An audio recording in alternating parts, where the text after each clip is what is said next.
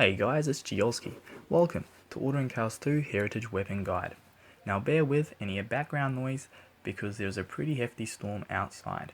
Let's go to the equipment page. You're going to go to the bottom tab of the equipment page, and here you have found your heritage weapon, the first weapon given to you in Ordering Chaos 2. Now this weapon is unique in that it can be fed materials that allow it to acquire XP. These materials can be found in solo dungeons. Now if you need information on where the material is acquired and in which dungeon it is found in, you can go to the crafting table and click on the item. It should say a bit of information there. Now we've created our first legendary weapon by getting it to level 5.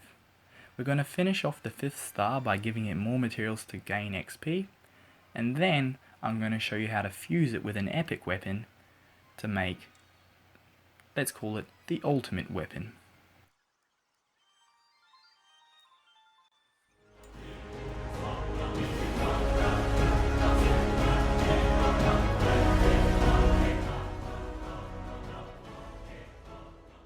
Okay, now we are in Vega, a player versus player environment where the world boss spawns. Now there are many different locations that different world bosses spawn throughout the game.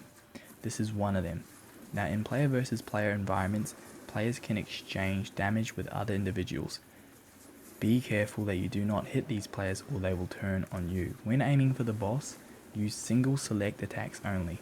If you AoE or do area damage attacks, you will cause them to attack you. Now another great tip for this environment is do not run around unnecessarily unless you are trying to get away from attacks. If you pan your screen from left to right, up and down too fast, it can induce lag on yourself. Now the reason for world bosses is that there are loot. There's a chest that drops at the end of each world boss. Here we're looking for divine essences, and we'll head to the city of Coromir to see what they do. We're going to travel to the southernmost part to the Divine Essence Changer. Now this vendor is the person that you need to see to change your essences into the legendary weapon you require. Now fear not, if you don't have the weapon, or the Divine Essence should I say, you can head to the auction house and another player may be trading their weapon for gold there. Now as you see on the screen, there are different tabs with numbers. Now each tab shows a different level of legendary weapon. We're going to fuse our heritage weapon with the level 1. Now this tier means that I'm fusing it with the legendary weapon, the Claymore. Okay, the legendary Claymore. Then, once we've done this whole process and leveled our Starfire weapon up, as you see here, cool, I got a Starfire Claymore. We start all over again, we repeat the process, and then we go to the next level of legendary weapon. Okay, so this is a process that allows you to level up your weapon as you do as well.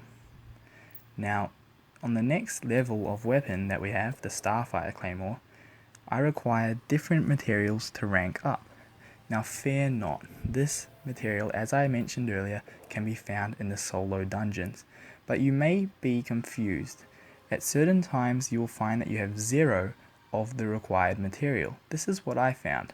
But then I went to the blacksmithing table and I managed to discover that it said I had 0 of the material, but when I click on the required material that I needed, it took me to another tab which showed me how to create that material, and it turns out that I had the previous form of material that was required to create the predecessor. So make sure if you have 0 of a material, click on what's used to create it, and then you may learn how to create that one as well. And that concludes the Heritage Weapon Guide. I'm GiausKi out.